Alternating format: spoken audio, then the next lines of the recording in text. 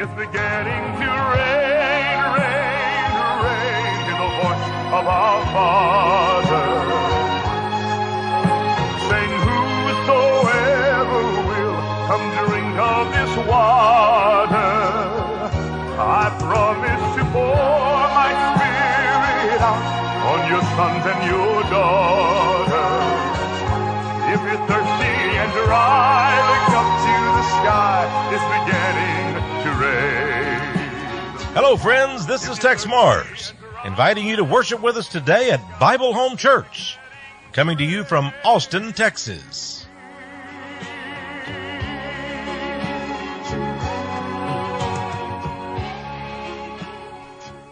Hello, friends. This is Jerry Barrett, the pastor's assistant here at Bible Home Church. Please remember that Bible Home Church operates solely through your love gifts, tithes, and offerings. You can mail a check or money order to Bible Home Church, 1708 Patterson Road, Patterson Road, Austin, Texas, 78733, or you can donate through PayPal on our website. Don't forget to send in your prayer requests as well. We will be happy to add you to our prayer list, and we greatly appreciate your prayers for us. This week we will begin a new series, The Bible as Science and History. We pray that you will receive a blessing from Pastor Mars's message. Up next is Jim Reeves with Have Thine Own Way, after which we will begin Pastor Mars's sermon.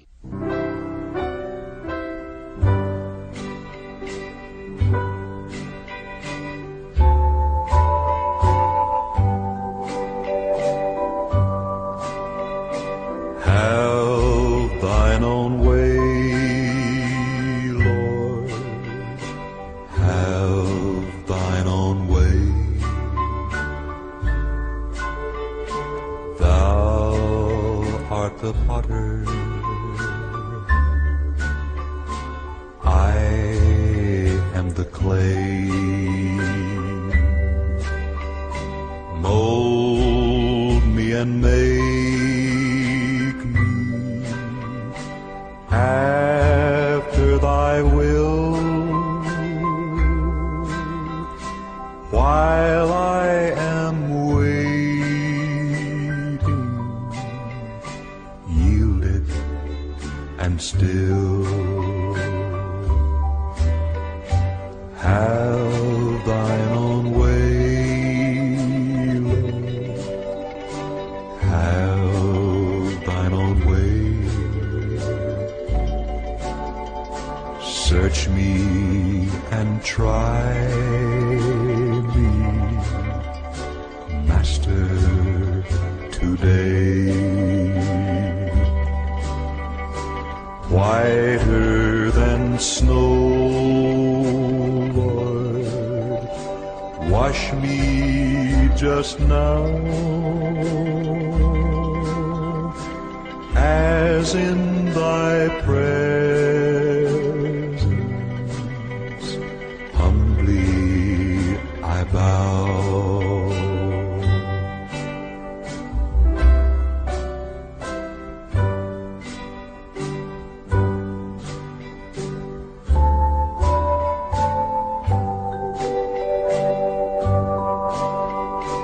Have thine own way, Lord, have thine own way.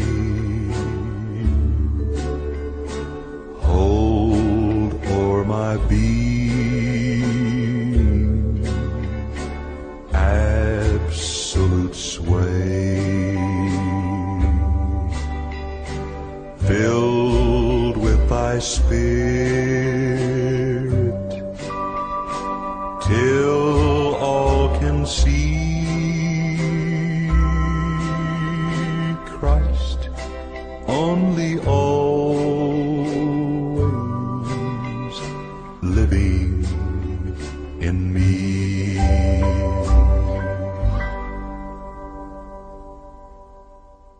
I want to tell you how much I appreciate you. So many of you write us regularly in the ministry here, and you tell us you're praying for us, you care for us, you love us, and, well, I suppose that just makes my day when I get a letter from the saints. I read every letter that comes in. I promise you that I do. They mean so much to me. They're the lifeblood of the ministry. Our ability to communicate back and forth. Some of you send me emails too. And still some of you are into the old letters. I guess I'm like that too. I don't send a lot of emails. I love to write letters. Of course, it's just so tough on me. All the letters I get, every one I want to answer, but I just don't have the time and really don't have the energy. But you don't know, I formulate answers in my mind to letters that I read. You know, I say, I should answer this brother, sister in this way. Oh, I wish I had the, but you know, you have to sit down, you have to write it, and you have to get the pen and the paper, and you have to get and when you receive sometimes, you know, a couple hundred letters a day, well, even on a slow day, we receive 15 or 20, it seems like. That's pretty tough. And I hope you'll have patience with me here. By the way, one of the things that I personally do when anyone asks us to pray for their needs, I promise you I will pray for you. And God answers prayers. You know, I know God is true. I know He answers prayers. I know from the Bible. You know that old hymn says, the Bible tells me so? I know it's true because the Bible tells me so. Well, not too long ago, I was on a talk show, and I was challenged about some things in the Bible. A man said to me, and by the way, he claimed to be a New Age pastor, a pastor of a New Age church in Houston, Texas. He said, I used to be a regular Christian pastor of a Methodist church, but I left the Methodist church when I found out that so much of the Bible was not true. And I asked him, right there on the radio, I said, can you give me just 3 examples of things that are not true? And he looked at me, and I guess he had to start digging in his mind. You see, that's an old saw. That's an old a hat thing to come up with what I call the straw man. Has no substance at all. Just pure straw. No heart to it, no soul to it. He finally dug around and he found 3 things, and of course, God gave me the answer to those things, not because I was a great Bible authority, but because they were such stupid things. They were easy to refute. But it began me on a little search looking at this subject. Can it be documented that the Bible is not only a book of truth and true religion, but can it be documented also that the Bible is a book of history and science?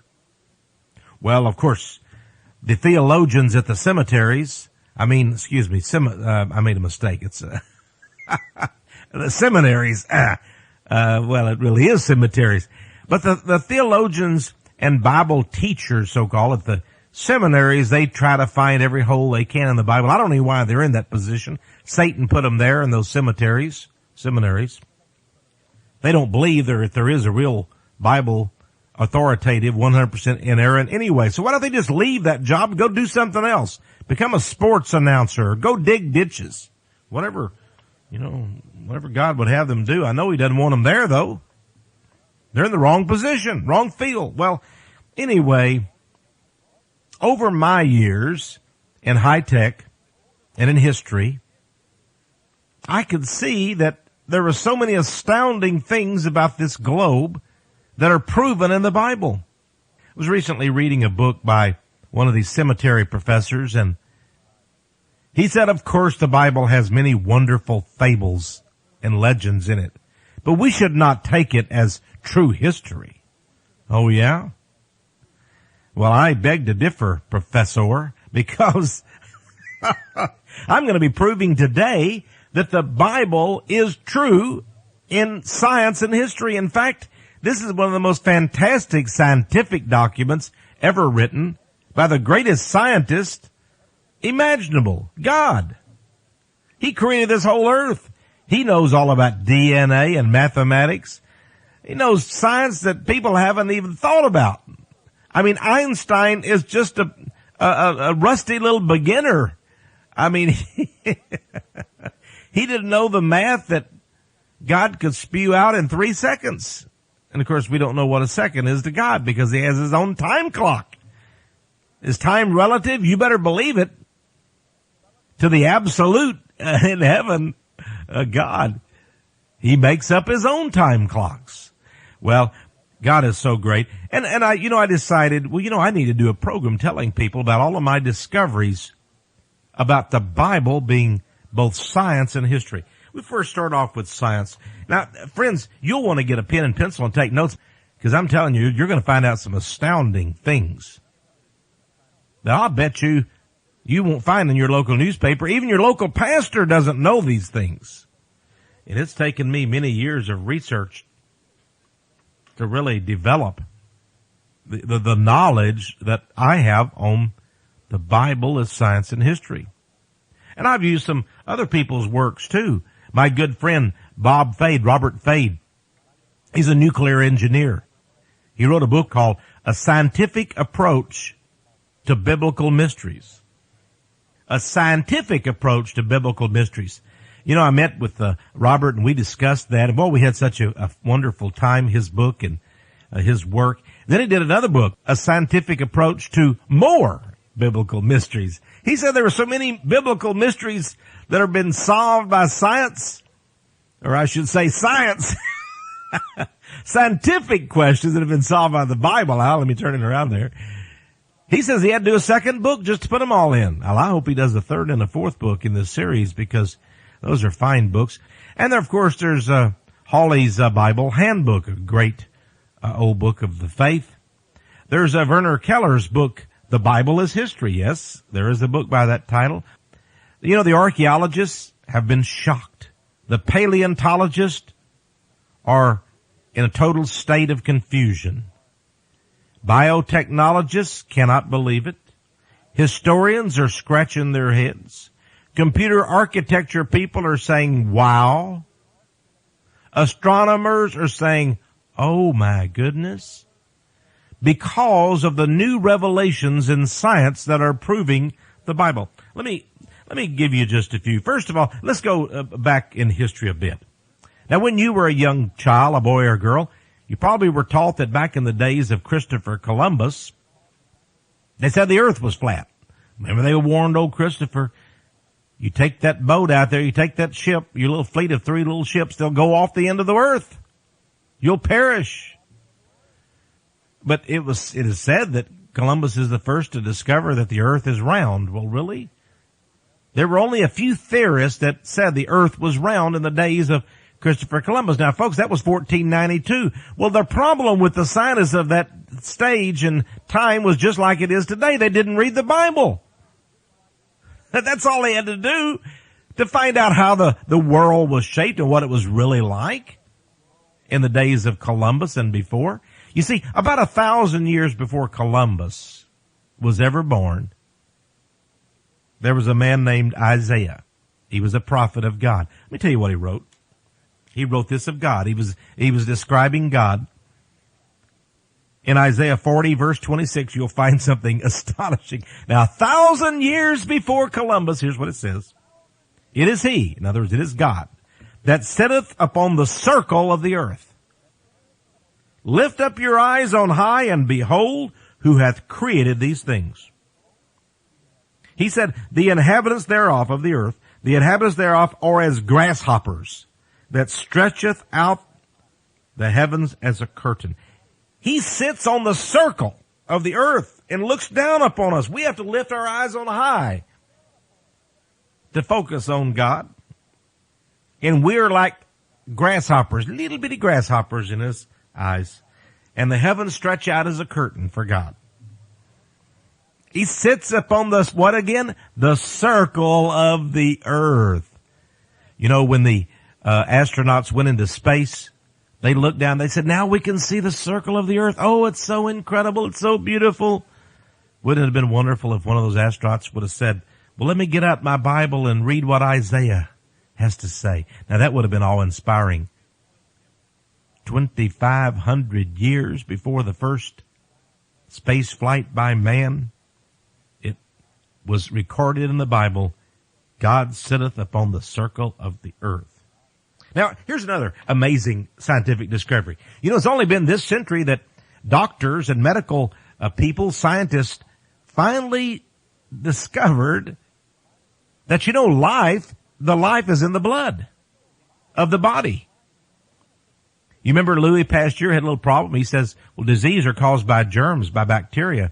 And they just scoffed and they laughed at him, almost ruined his career. I mean, this can't be.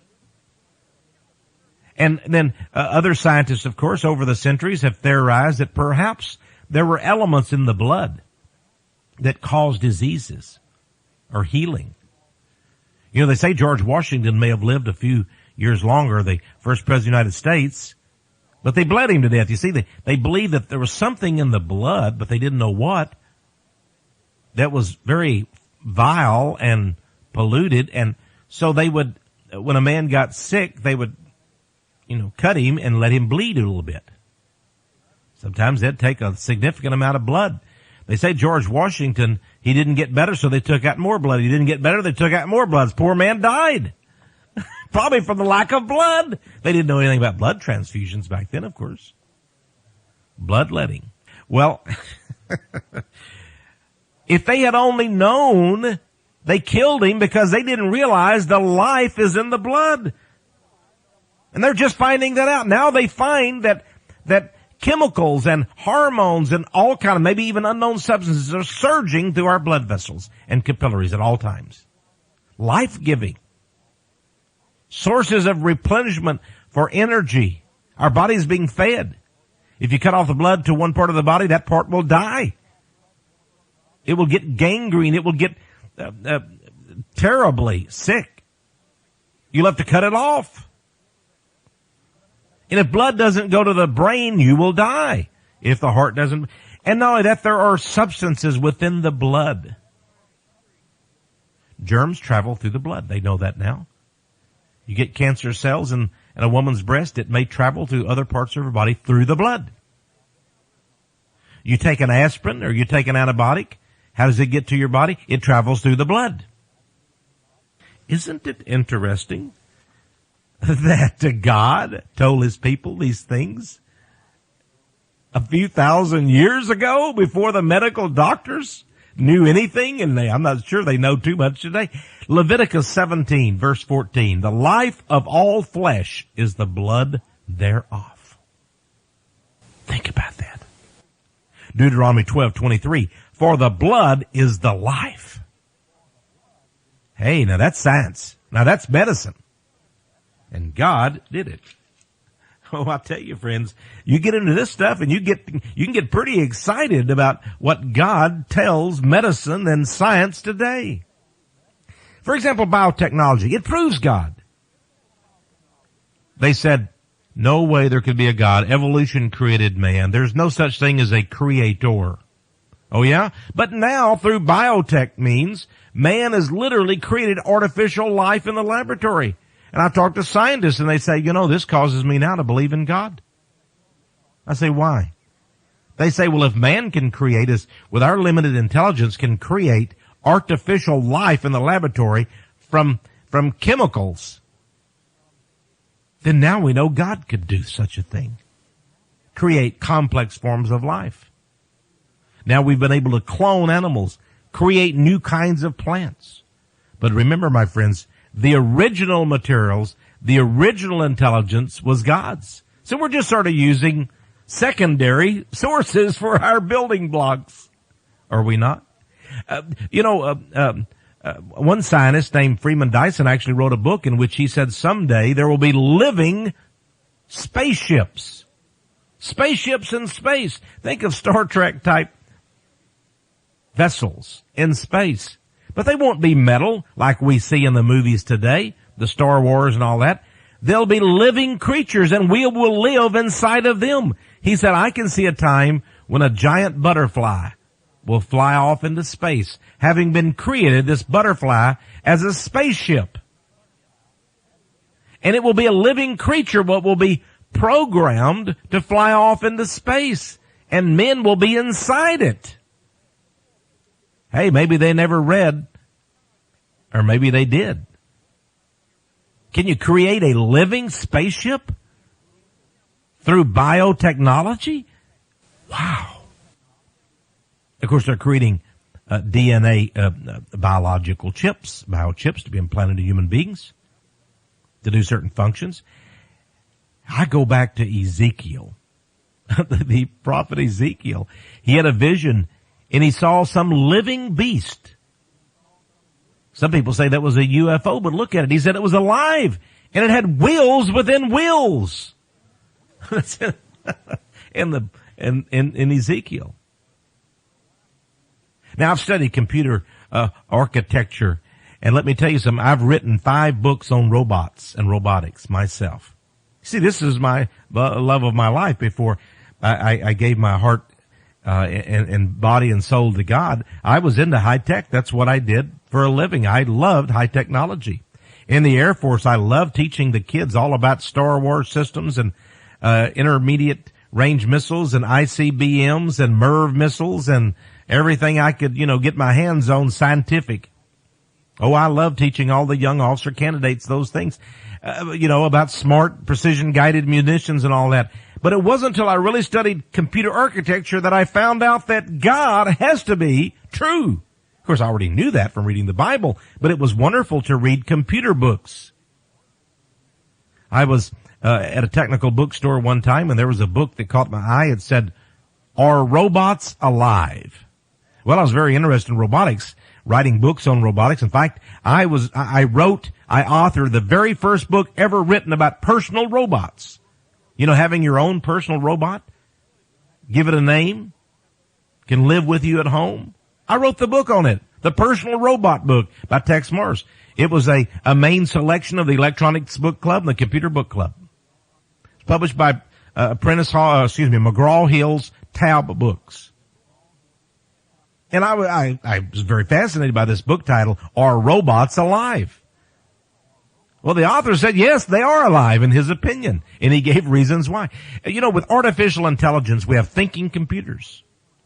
Now we have robots today. They can talk, they can walk, they can feel, they can sense, they can smell, they can hear, they can see. Computers get viruses. The internet, electronic systems, including wireless on the internet, connect remote places together, interconnected. We could be one giant mind like these movies that have the Borg. We're all connected to one giant mind. A wireless internet of the brain. Is this on the way? Well, it makes us think of God. If they can literally begin, and by the way, scientists at the University of Michigan have discovered a way, they say, they can read a person's thoughts. Well, you can't hide much now. If you're thirsty and dry, look to the sky. It's beginning to rain. You've been listening to Pastor Tex Mars and Bible Home Church. Please join with us in worship next week as we continue to honor the remarkable Word of God.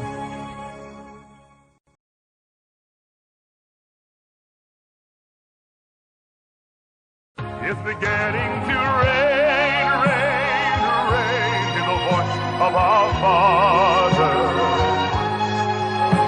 saying, whosoever will come drink of this water, I promise to pour my spirit out on your sons and your daughters. If you're thirsty and dry, look up to the sky, it's beginning to rain. Hello, friends. This is Tex Mars, inviting you to worship with us today at Bible Home Church, coming to you from Austin, Texas.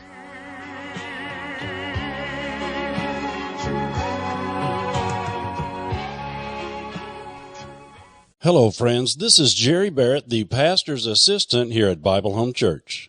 Please remember that Bible Home Church operates solely through your love gifts, tithes, and offerings. You can mail a check or money order to Bible Home Church, 1708 Patterson Road, Patterson Road, Austin, Texas, 78733, or you can donate through PayPal on our website. Don't forget to send in your prayer requests as well. We will be happy to add you to our prayer list, and we greatly appreciate your prayers for us. This week we continue the series, The Bible as Science and History. We pray that you will receive a blessing from Pastor Mars's message. Up next is Allison Krause with I'd Rather Have Jesus, after which we will begin Pastor Mars's sermon.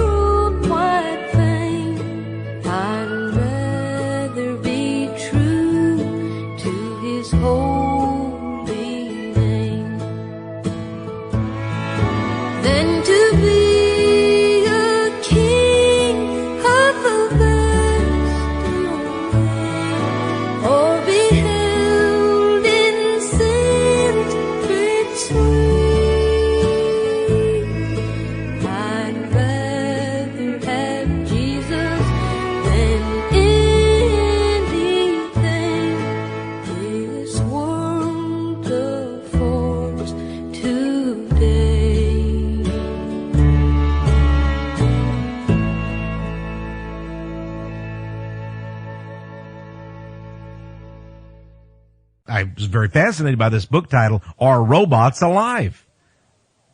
Well, the author said, yes, they are alive in his opinion, and he gave reasons why. You know, with artificial intelligence, we have thinking computers. Now we have robots today. They can talk, they can walk, they can feel, they can sense, they can smell, they can hear, they can see. Computers get viruses. The internet, electronic systems, including wireless now on the internet, connect remote places together, interconnected. We could be one giant mind like these movies that have the Borg. We're all connected to one giant mind. A wireless internet of the brain. Is this on the way? Well, it makes us think of God. If they can literally begin, and by the way, scientists at the University of Michigan have discovered a way, they say, they can read a person's thoughts. Well, you can't hide much now. Now they have these X-ray devices they're beginning to put in airports that can use X-rays to see under your clothes. There's going to be a lot of sexual perverts buying those things, aren't they? The military actually has glasses, goggles now. They see their X-ray like the old Dick Tracy, X-ray vision. Well, think about that. Didn't God interconnect all of mankind? He knows our thoughts. He knows our innermost beliefs and feelings and ideas. He knows, Jesus said, he knew what was in the heart of all men. That's in the Gospel of John. Isn't that amazing? He knows what is in the heart of all men. How can he do that? What a scientist. Now we're developing the internet now. We're developing all of this new technology to have the Bohr, one giant mind. Did you know that now NASA is working on robots that can replicate robots? In other words, robots that can build robots. So man builds a thinking, talking, walking, feeling, smelling, hearing, seeing robot. And that robot goes out and builds other robots. They're doing it, by the way, at the very base of Mount Fuji in Japan. They have a factory there, and they have robots. And what are they making? Other robots. Did you know that NASA is working on a plan that they will send a spaceship to other planets? And that spaceship will land, and off of it will come a little robot. And that robot will actually take the materials found there on that planet. The materials found on that planet to make other robots. They could create a whole race of robots somewhere on some other planet. Robots from Earth that are made by men. Well, you know, it leads to a lot of heady thinking by men. Hey, we're like gods, doesn't it? And you know, isn't that what Satan said in the Garden of Eden to Adam and Eve? Eat of this forbidden fruit, and ye shall be as gods. And doesn't it say in 2 Thessalonians chapter 2 that in the last days, how will the Antichrist deceive the people? What will be this strong delusion? It will be this. Men will believe that they are as gods. That was the lie. They will believe the lie, it says in 2 Thessalonians 2. And that's the lie of the Garden of Eden. You'll be like a god. You'll be a god. That's what the New Age teaches. You know, I was recently reading a book called Cosmic Collision. It says the moon was created possibly through some kind of an asteroid or a comet hitting the earth.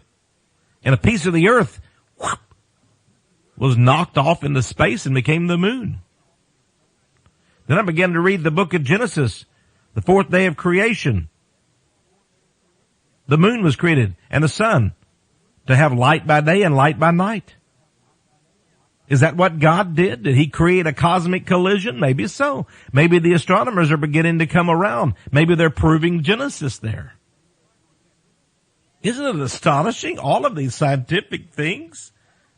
Wow. Listen to this. Did you know that Adam and Eve have been found?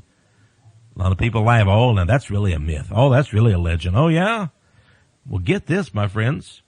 A lot of people believe that the biblical account of creation in Genesis could not possibly be true. There couldn't have been just one man and one woman, and from them came every human being, now up to 6 billion or more on earth. They couldn't have been our common primary ancestors. Oh, no. Well, now, get this now. Just in our lifetime, the British scientists Watson and Crick came up with DNA. And now scientists have found that in the DNA of each cell of a person, and by the way, that DNA is passed on to the next generation and the next generation. That DNA, your DNA, will be passed on to your kids and then their kids and so forth. Now, everybody has this DNA combination that's specific to them.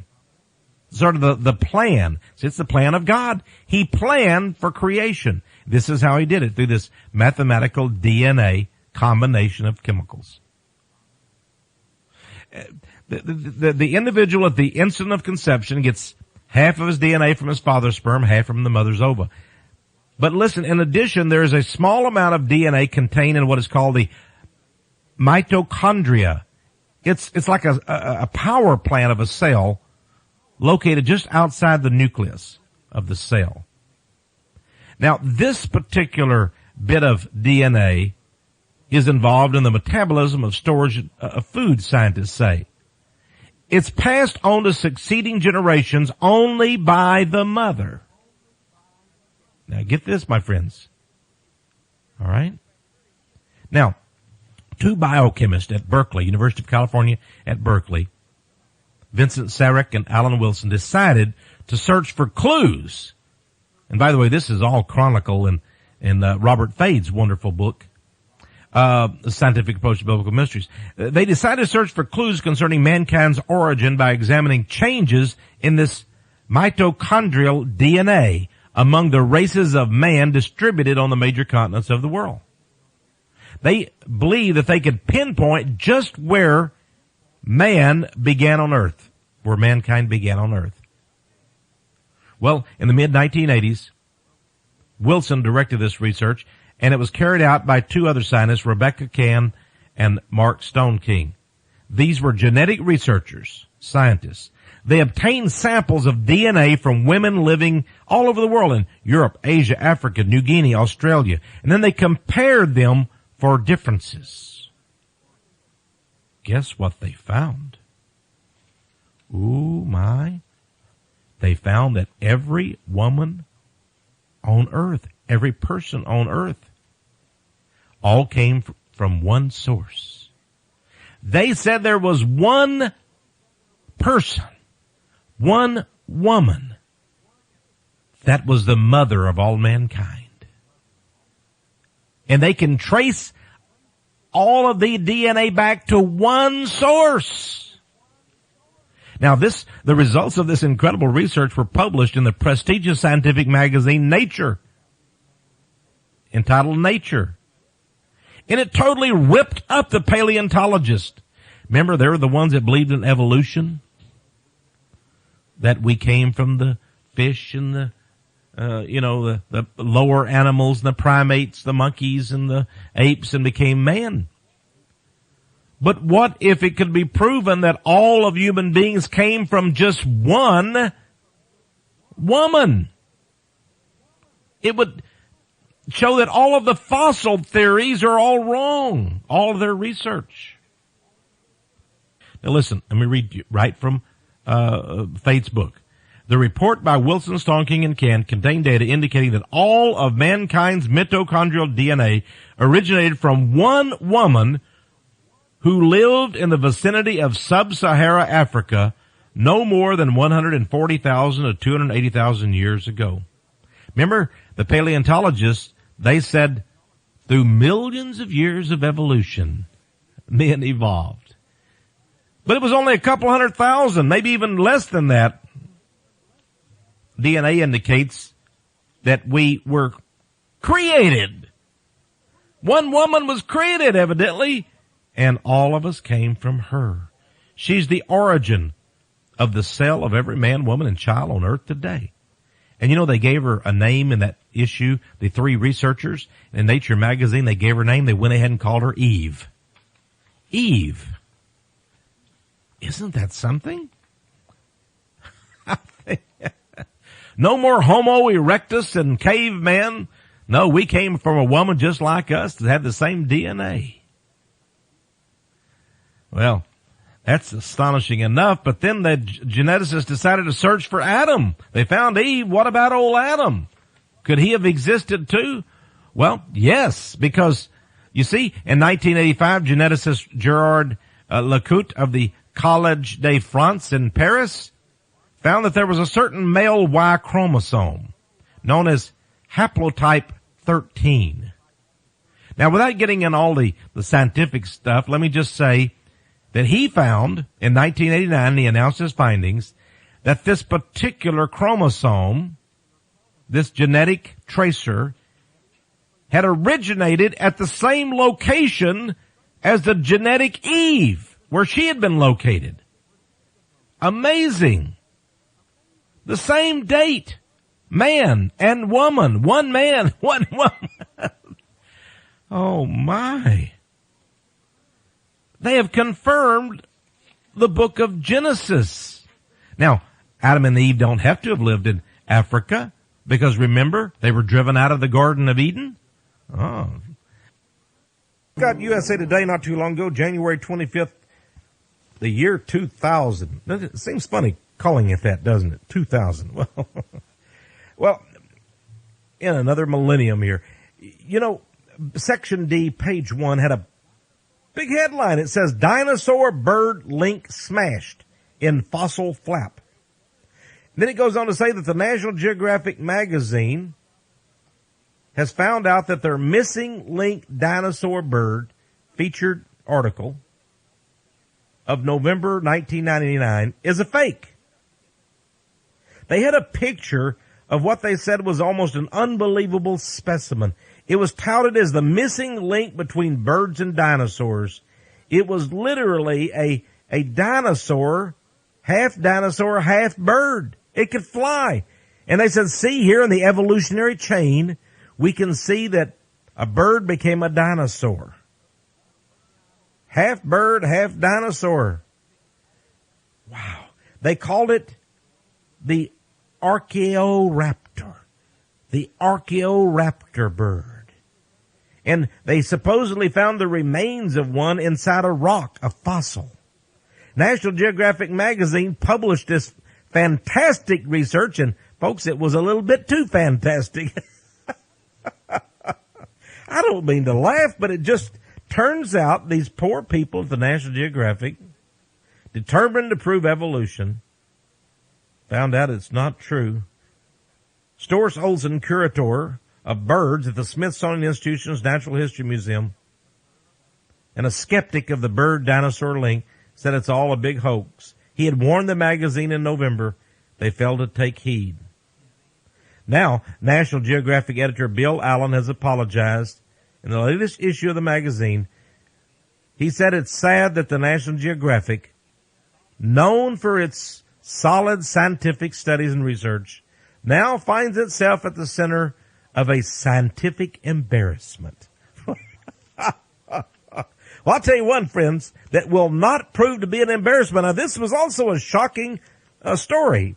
No, my friends, it's not some hocus-pocus evolutionary bird-dinosaur link. By the way, I like the picture of this half bird, half dinosaur. You know, somebody really created a good one when they did that hoax. And in any case, in the Modesto, California Bee newspaper of April 23, 1997, was a story that just sort of grabbed my attention. It says, fossils reveal that long ago, snakes had legs.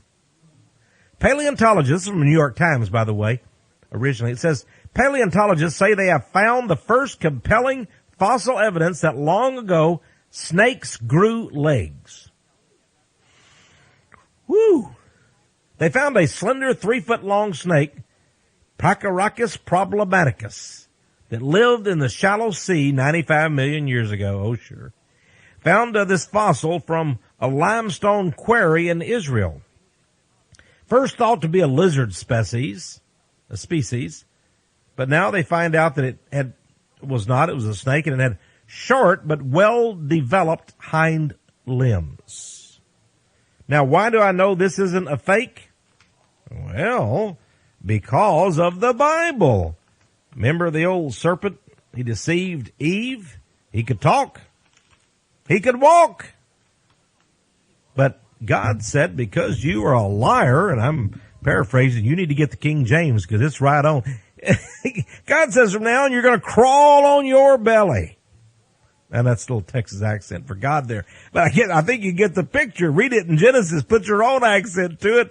But the fact is, the old serpent was going around on legs. But God cut off his legs way past the knee, friends. He's crawling on his belly on the dust of the earth. And that was a curse by God. And now scientists say we have found fossil evidence. And you know what? I believe they actually have. This is one that's going to stand up because snakes at one time actually had legs. And that's an astonishing thing, but it's true. Well, some people say, well, I tell you one thing you can't prove. It's that great flood that went over the whole world. About Noah and the flood. Tex, that has to be a fake, doesn't it? Let me tell you something, my friends. Did you know that every culture on the face of this planet has some kind of a writing, some kind of an ancient document or history book that tells about a certain great flood that was upon the face of the entire known earth? Where do you think they got that? I believe these legends all point back to the fact of the Genesis flood. Now listen to this. Geologists all over the earth have found a layer of sediment, which gives evidence that there has been a catastrophic, worldwide flood, an inundation of water throughout the globe. Here in North America, they found fish on top of mountains in the Rockies. How did they get there?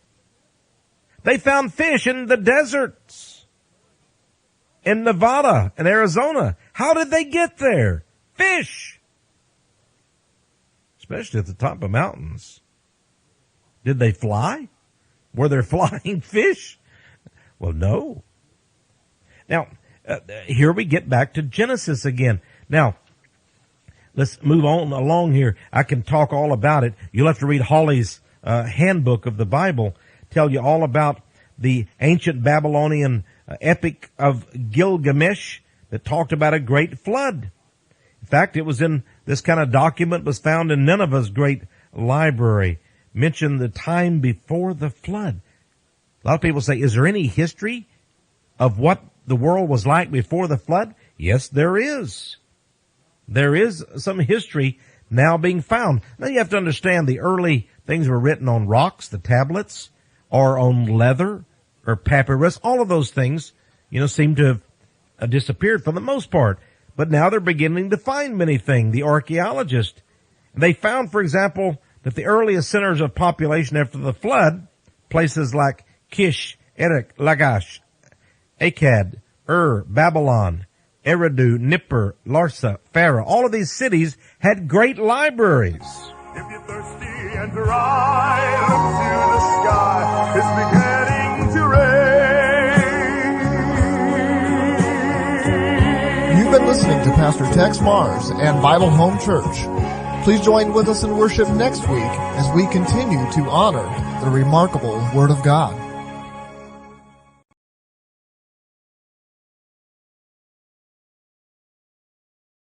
It's beginning to rain, rain, rain, in the voice of our Father, saying, whosoever will come drink of this water, I promise to pour my Spirit out on your sons and your daughters. If you're thirsty and dry, look up to the sky. It's beginning to rain. Hello, friends. This is Tex Mars, inviting you to worship with us today at Bible Home Church, coming to you from Austin, Texas.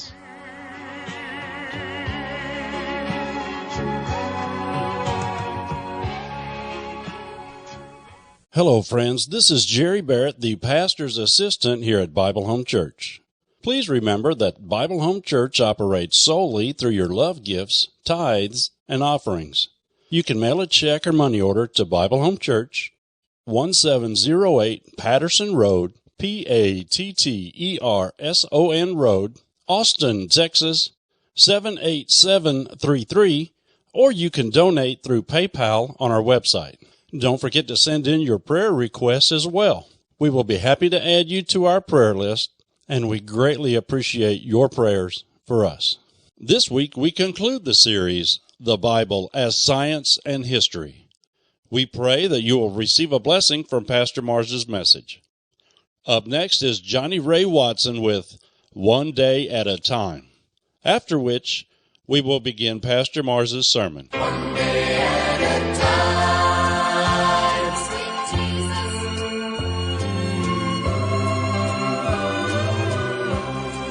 I'm only human, and I'm just a man. Help me believe in what I could be and all that I have. Show me the stairway I have to climb. Lord, for my sake, teach me to take one day at a time.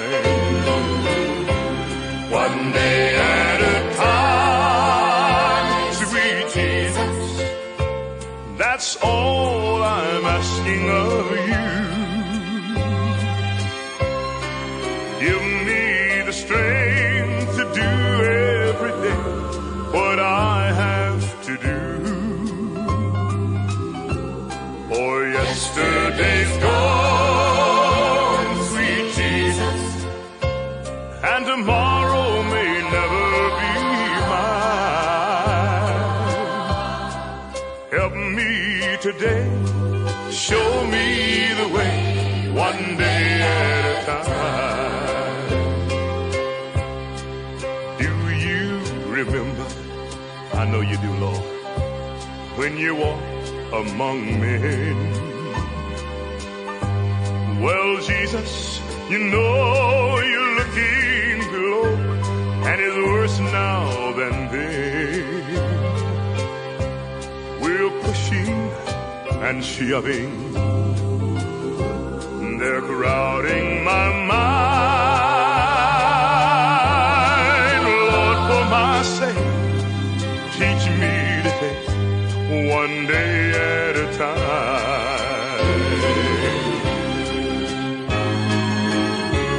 One day at a time, sweet Jesus.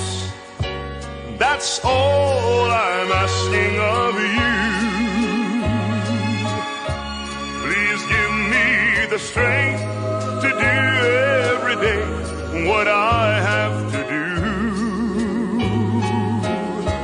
For yesterday's gone, sweet Jesus, and tomorrow may never be mine.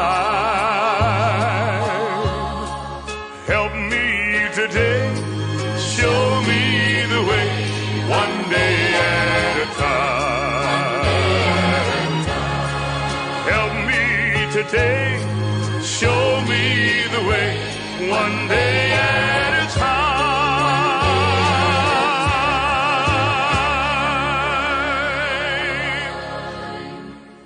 A lot of people say, is there any history of what the world was like before the flood? Yes, there is.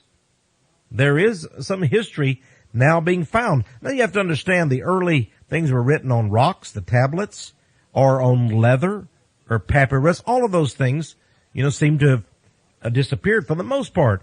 But now they're beginning to find many things. The archaeologists, they found, for example, that the earliest centers of population after the flood, places like Kish, Erech, Lagash, Akkad, Babylon, Eridu, Nippur, Larsa, Pharaoh, all of these cities had great libraries. Now, in the British Museum over in Great Britain, there is something called Antipater's Foundation Tablet. It's a marble slab, 3 by 4 inches. It was found by a scientist named Woolley in 1923 from a cornerstone of a temple in Obeid, 4 miles west of Ur in the Chaldees. Remember, Ur is where Abraham came out of? Here's what an inscription on this stone says. In a hieroglyphic forms, it says, Antipater, king of Ur, son of Mesenapeta, has built this temple for his lady, Nin Karsag. That's the mother goddess. Oh, yes. There are writings that predate the great flood. Well, that's why we know a city of Ur existed. Here we have the king of Ur with his inscription on this tablet. Did you know also there have been found in what is now Iraq things like the limestone slab, 10 foot high, 5 feet wide, called the Stele of Ur-Namur? It was found on the floor of the Hall of Justice in Ur, an ancient building. It's now, by the way, located in the University Museum of Pennsylvania. And it talks about the ziggurats, the great towers, when Ur was in its glory. You say, tower? In Ur? That's Babylon. Would that have anything to do with the Tower of Babel? Well, I think it would, my friends. In fact, let's talk about the Tower of Babel just a little bit. I've got so much here, I hope I can get to everything I've got. And by the way, you just got to get the Hawley's Bible handbook is just a wonderful thing that talks about a lot of the archaeological discoveries about the old cities of the New Testament and everything that have been found and unearthed by archaeologists, etc. But let's go back to the Tower of Babel. Now, today there are about 5,000 languages in the world. 5,000 languages. But God said at one time there was only one language, and all of the people came together in unity to build this great tower to the great sun god. And God declared in Genesis 11, he said, "Behold, the people is one, and they all have one language. And this they begin to do, and now nothing will be restrained from them, which they have imagined to do. Let us go down and there confound their language, that they may not understand one another's speech." Now we know why there's 5,000 languages. Probably were more at one time. God confounded their speech, gave them all a language. They couldn't speak to each other anymore. And then they left and departed, went up throughout the face of the earth. Can that be proven? You better believe it, friends. Listen to this. The remains of many towers have been found by archaeologists in what is now known as Iraq. Many towers. We start off with that. First of all, remember Genesis says the people will wish to build a tower to reach heaven. Well, now let's go to this languages thing. In the November 5th, 1990 edition of U.S. News and World Report, there was an article entitled "The Mother Tongue." The Mother Tongue. In this article, the latest findings of linguists. Now that's, experts on language and the history of language and its derivation, where it's derived from. They work backward from modern speech in an attempt to find and recreate the first language used by the human race. You know what they found to their amazement? Well, first of all, they went back all the way to 1786, found that an Englishman, Sir William Jones, had found, while he was in India, that the Indian language, Sanskrit, bears a remarkable resemblance to the languages of Greek and Latin. He theorized they must have a common source, Greek, Latin, and Indian Sanskrit. But wait, Sanskrit was an ancient tongue used thousands of miles from Europe and India and Asia. How could it be so close and similar in its form and structure to Greek and Latin from Europe? Well, evidently, all of these languages, linguists are now discovering, are like a language tree, and they all had a common trunk. A common trunk to this tree. And where was that trunk? Well, it is now being called Proto-Indo-European.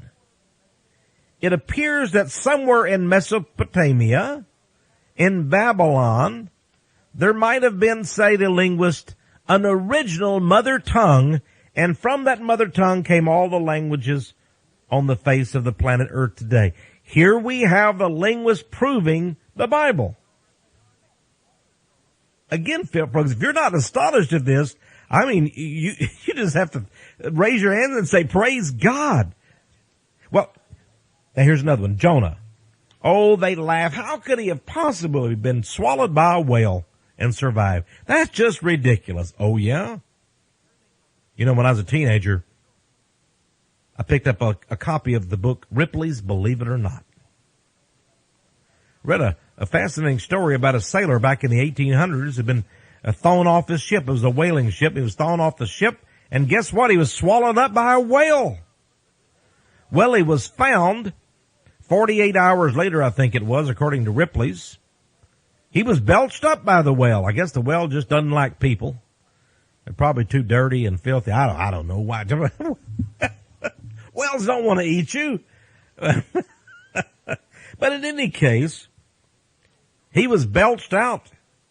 And he said that his time in the belly of that whale was the most horrifying experience of his life. Can you imagine? Now, witnesses stated that his hair, he said it was hot down there. Horribly, abominably hot. And not only that, but it burned his skin. There was some kind of acid. Well, probably stomach acid. Where the digestive fluids of the whale. I guess they began to try to work on him, but it didn't work. However, he was a fairly young guy in his 30s, but his hair totally turned white. And for the rest of his life, his hair was totally white. So whatever it did, whatever those chemicals were in the belly of the whale turned the man's hair white. That's pretty shocking. But he lived. Now, in Fade's book, A Scientific Approach to Biblical Mysteries, he gives documented cases of other times when sailors have survived after having been, as Fade puts it, ingested, vomited up, and rescued alive. These are very rare cases, but he said it happens. So, how do we know that it didn't happen to Jonah? And he survived. Well, you know, the strange food the whale swallowed, says my good friend Bob Fade, made the whale sick of indigestion, and he vomited it up, old Jonah. And that's why a lot of whales are beached. They beach themselves. They're sick, and they just beach themselves. They don't have the energy to swim anymore, and they just beach themselves. Many just die like that. So a whale threw up and vomited out a man. It's happened before. It happened in the time of Jonah. By the way, a lot of people say, well, you know, it might not have been a whale because the book of Jonah says it was a great fish. Yeah, but Jesus clarified it. Matthew 12:40 said it was a whale. It was a whale. So now we have living proof. There are people who actually were swallowed by whales. And by the way, archaeologists have discovered, of course, the city of Nineveh. We know that city existed as well. Well, we go right from there to Sodom and Gomorrah. Oh boy. Could there really actually exist two cities named Sodom and Gomorrah? Let me explain it to you. It is absolutely true. It has been proven. In 1964, archaeologists began to dig, and they found what they believe is the exact location where Sodom and Gomorrah were located. A Byzantine mosaic map was unearthed, and it gave the location of these cities.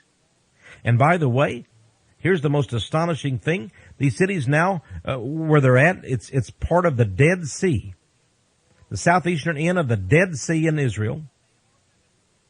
Outside of Israel there. And let me explain it to you. It says the Dead Sea is located in a geological area of fault lines, very active and smoldering with volcanic potential.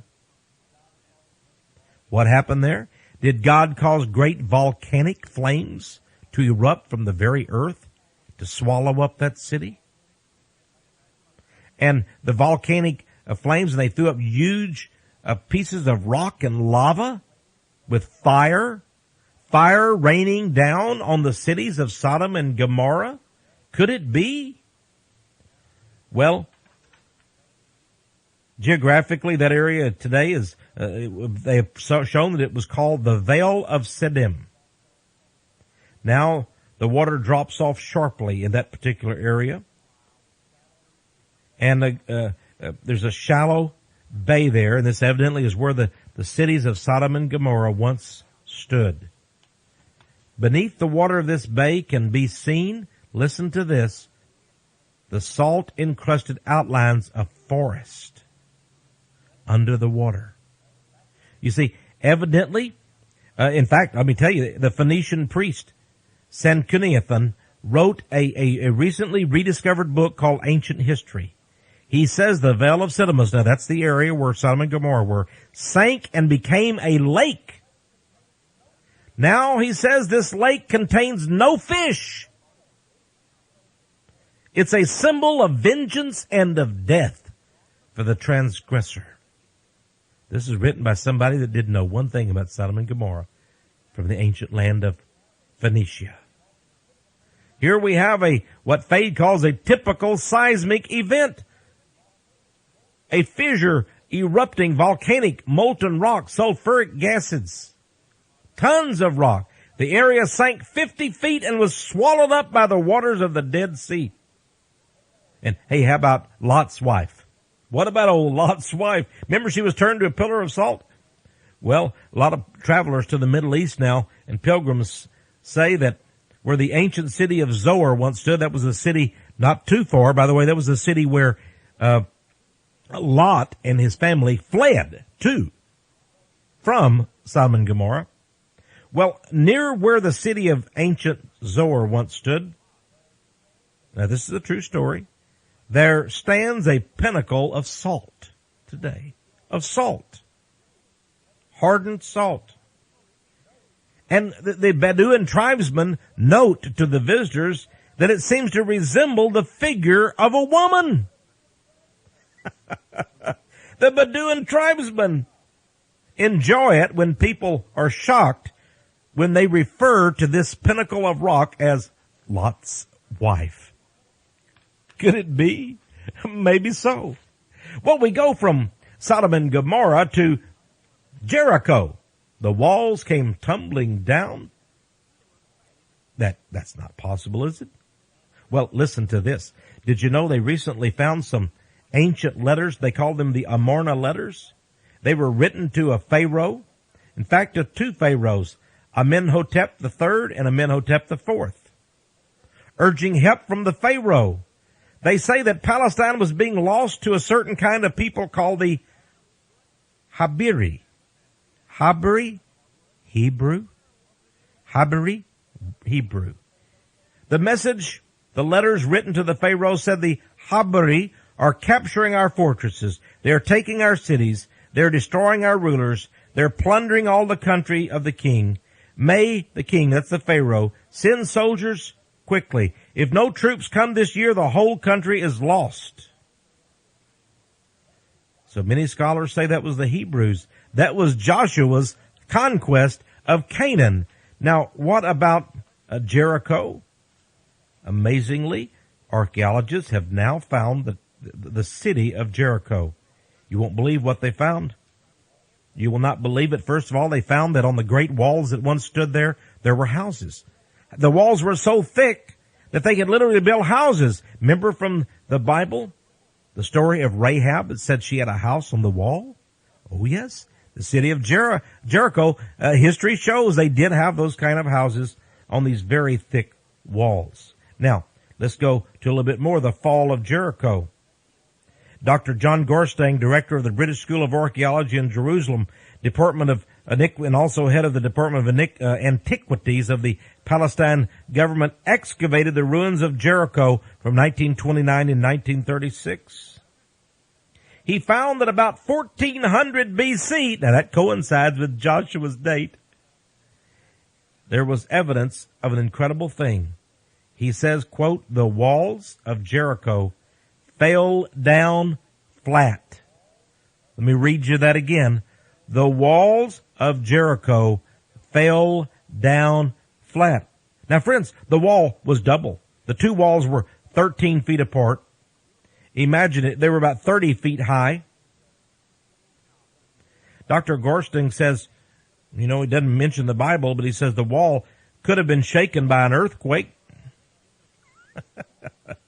and caused to literally fall. He also said there were great layers of charcoal and ashes. Evidently, there had been a great fire there. Wow. God told Joshua, keep yourself from the devoted thing. He told him to burn the city and everything in it. And they did. And now, archaeologists, scientists have discovered this incredible thing. By the way, you won't believe this, but in other cities of the Canaanites, they have found a number of jars containing the remains of children who had been sacrificed to Baal. Cemeteries for newborn babies. Whenever a new house was built, a child was sacrificed, and its body was built into the wall to bring good luck to the city and to the family. Child sacrifice and their very remains built into the wall. No wonder God caused Jericho to march around that city with his people of Israel, and the walls came tumbling down, and God said, no more human sacrifice to the heathen. Now, friends, that is history. That is the Bible. Oh, there's so much more I can tell you. I'm running out of time here. I wanted to tell you about Ahab and Jezebel. Did you know she was a painted woman? An expedition by a Harvard University professor. They actually found Her cosmetics, little saucers, small stone boxes in which Jezebel mixed her cosmetics. Incredible things. Friends, the Bible is true. It is both science and history. You can believe it. God wrote it. It's 100% accurate. And this is the best history and scientific lesson you could ever have, just by reading the Bible and finding out what facts are truly facts. If you're thirsty and dry, look to the sky. It's beginning to rain. You've been listening to Pastor Tex Mars and Bible Home Church. Please join with us in worship next week as we continue to honor the remarkable Word of God.